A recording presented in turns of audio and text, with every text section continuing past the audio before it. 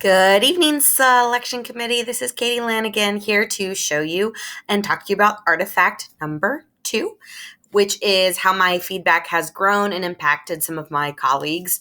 And on this page, I've given you a rundown of 3 colleagues, and I'll focus on one. But if we start from the bottom up, I have Michaela Hahn, who is both a 7th grade language arts teacher and department chair, and she is a member of our IE focus team.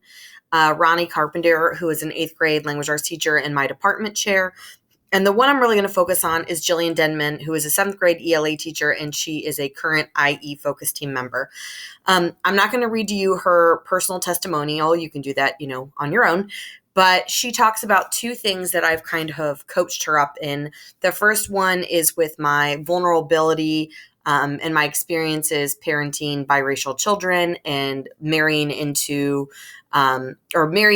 somebody who's a completely different culture, race, and background than me, and how that has affected my life personally. And I've shared a lot of those things, in professional development, so they're not secrets. But that she said that has impacted her to really raise her young daughters to be advocates of inclusivity and to step up for others. And then in the second paragraph, it talks about a specific strategy that I taught her. I learned in a professional development text I read called Belonging at Work, called The Identity Iceberg. I know that they are not the only people to champion that strategy. It's in other places too. But I had showcased it and how I did it with my students, and how a lot of those invisible under the waterline aspects of our students are hidden. And when I've done the identity iceberg, that's where I've learned some of my students are trans, that they are queer, because those things don't always present on the surface. And we as educators make assumptions.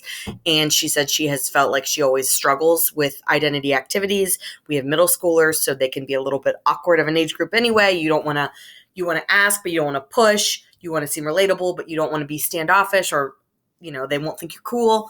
And she said that she found that strategy really helpful.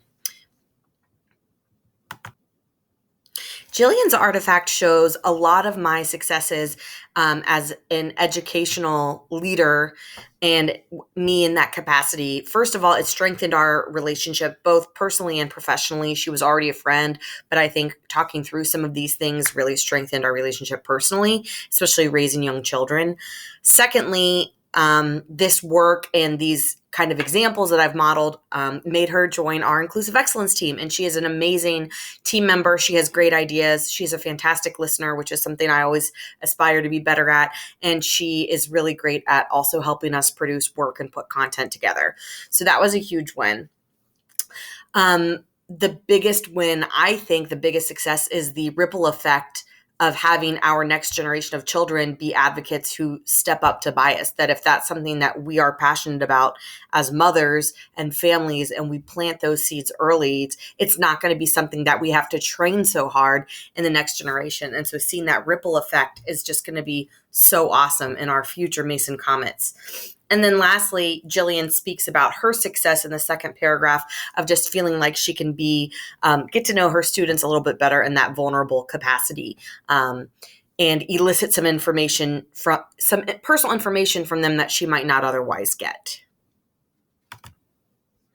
So how does this artifact relate to the 3 big rocks? Well, certainly there are inclusive excellence, principles sprinkled all throughout, specifically the diversity and inclusion within the DEIJ model, just because that identity iceberg really elevates the idea that everybody belongs, everybody's included, and everybody's really different. And we don't even sometimes think about all the different ways that we can be different once we start to list the ones that are hidden under that waterline of visibility.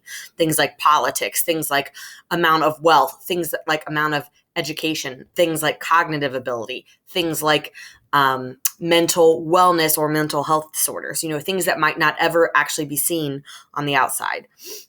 In terms of culture, our first big rock, really that idea of building skill. When I first started doing this work, I was very new to the idea of coaching, and it looked a lot like just sharing my own personal examples of leaning into DEIJ principles.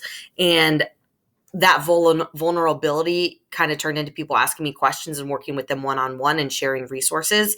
And so like everybody, I was not great at coaching at first, or was nervous to work with people one-on-one. And I got better about it. I got better at that. And that shows by Jillian using one of my resources in her classroom. And Jillian got better. She built skill in trying to elicit that personal information and build stronger relationships with her students. So there was kind of a twofer there in that building skill.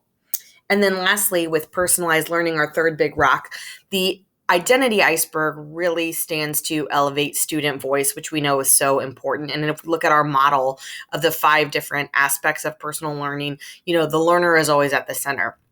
And when we're looking at things like our own stories, which is kind of that, her first paragraph is kind of follows that your stories matter narrative. That story is part of the learner who is at the center. And it doesn't matter what the pathways or outcomes or environments are, that learner has to be at the center. And I think her testimonial will show you that. So I hope you enjoy. And like I said, there are 2 more that you can peruse if you would like. Thanks so much.